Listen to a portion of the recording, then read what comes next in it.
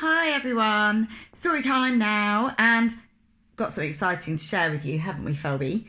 On the weekend, nibble my ear, please. Felbrig and I had a lovely surprise.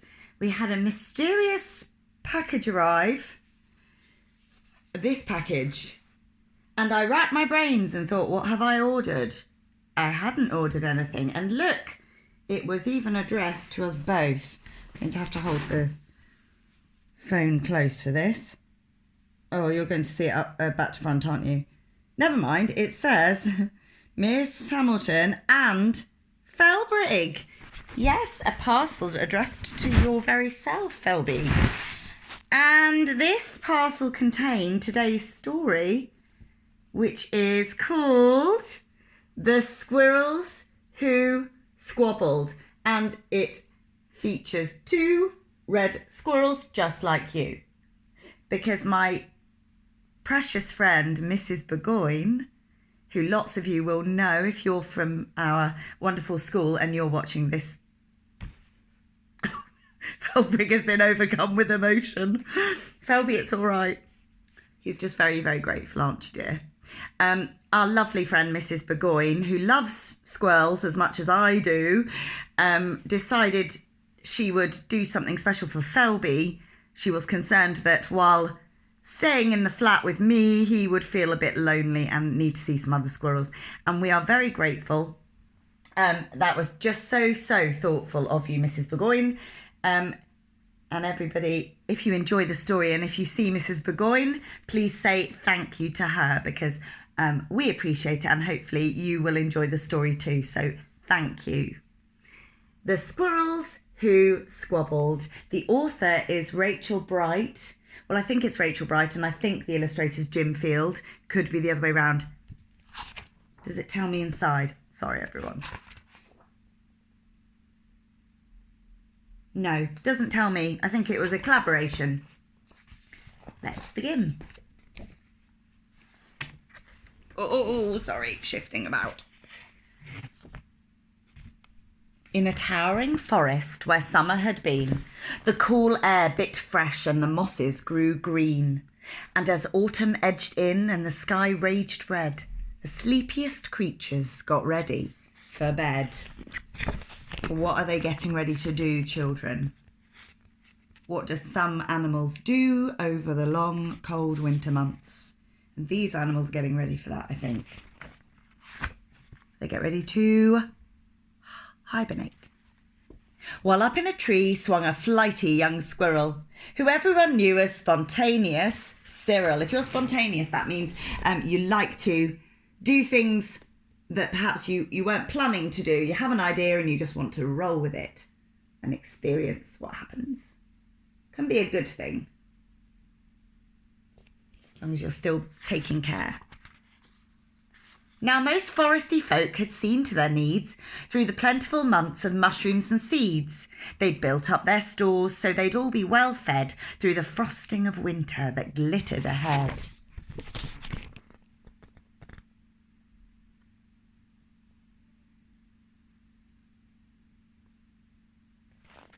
But Cyril, he lived in the now and the here. He'd adventured and partied his way through the year with some friends.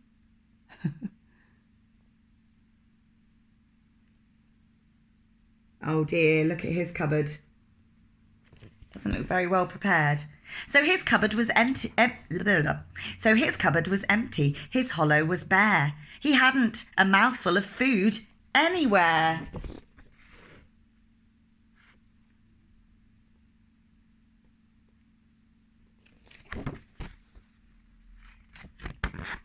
That cereal's called Seedy.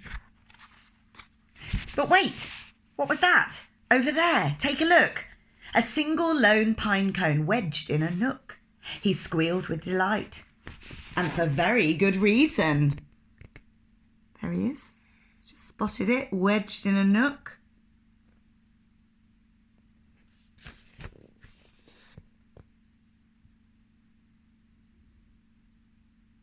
He squealed with delight, and for very good reason, for inside were the very last nuts of the season. But Cyril wasn't alone. There were more hungry eyes. Yes, plan ahead Bruce had his sights on the prize. There's plan ahead Bruce looking out there across the forest. Isn't it stunning? Look at the autumn colours. Though he'd gathered a mountain of bounty hard fought, Bruce was convinced he was one pine cone short. I simply must have it, he wistfully cried as he dreamt of the fresh, juicy pine nuts inside. Oh my goodness, talk about stockpiling.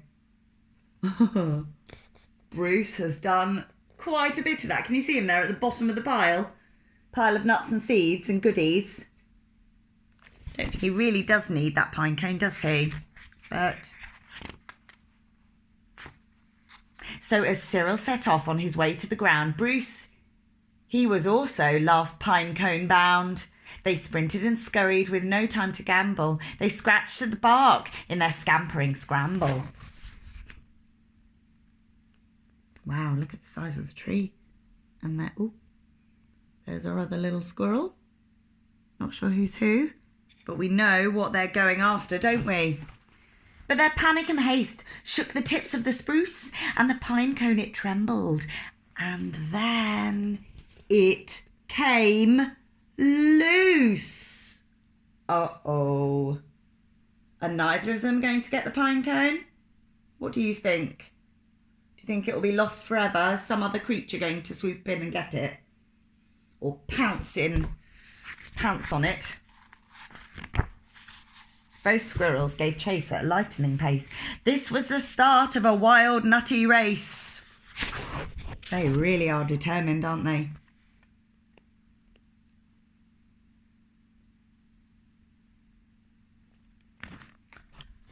It's mine, shouted Cyril. No, mine, hollered Bruce. You don't stand a chance. Give up, it's no use. I'm hungry, cried Cyril. This cone is not yours. Stay back, shouted Bruce. This cone's for my stores. There they are, dashing. I'll move the phone, actually. It's easier for these pictures. Perhaps. Bear with me, please.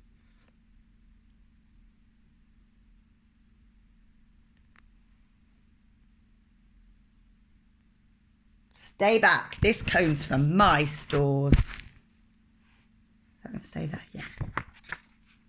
It boinged over bushes.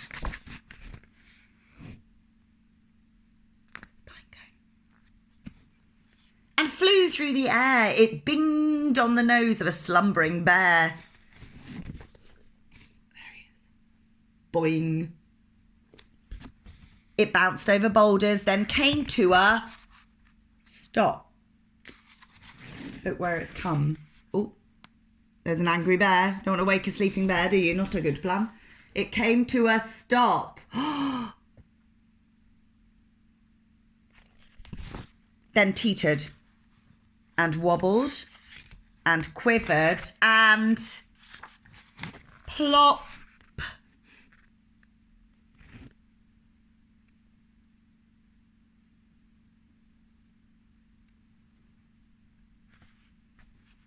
Both squirrels followed. Oh, the water was fast. Would they ever learn that they needed each other at last? Would they learn that they needed each other at last? But each was intent on how he could win.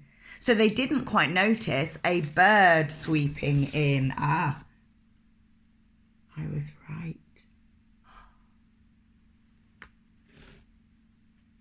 Wow, a fearsome looking bird there.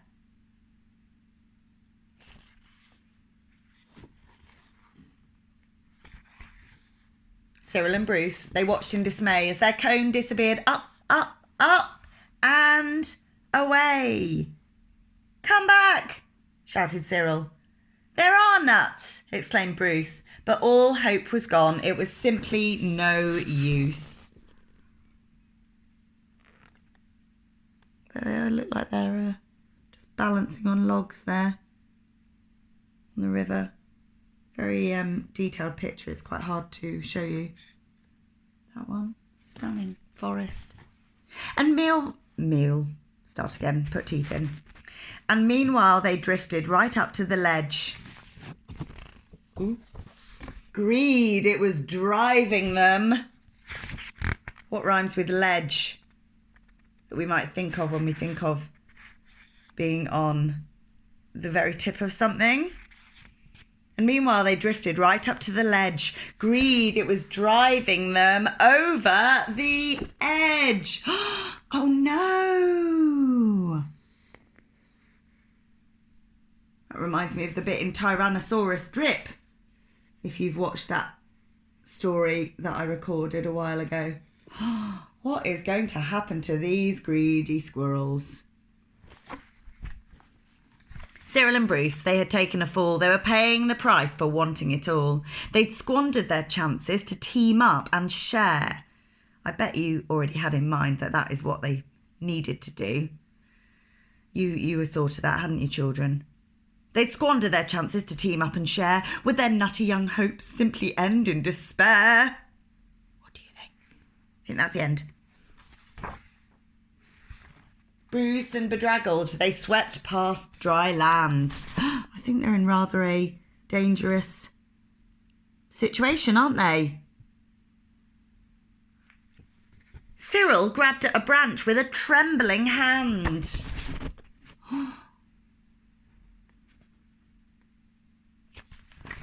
Catching Bruce with the other, he heaved and he huffed and dragged him to safety with panting and puffs. They stared at the sky, quite lost in deep thought. There he is, helping the other squirrel. And there they are, recovering from the ordeal, back safely on dry land. They stared at the sky, quite lost in deep thought, until Bruce looked up at Cyril and let out a snort. He's cracked up. How silly we are, he proclaimed, all a jiggle. How greedy I've been, spluttered Bruce with a giggle. We shall change from today. May the squabbling cease. We should celebrate, seeing we're both in one piece. That sounds like a really good idea, doesn't it? They seem to be learning their lesson, don't they?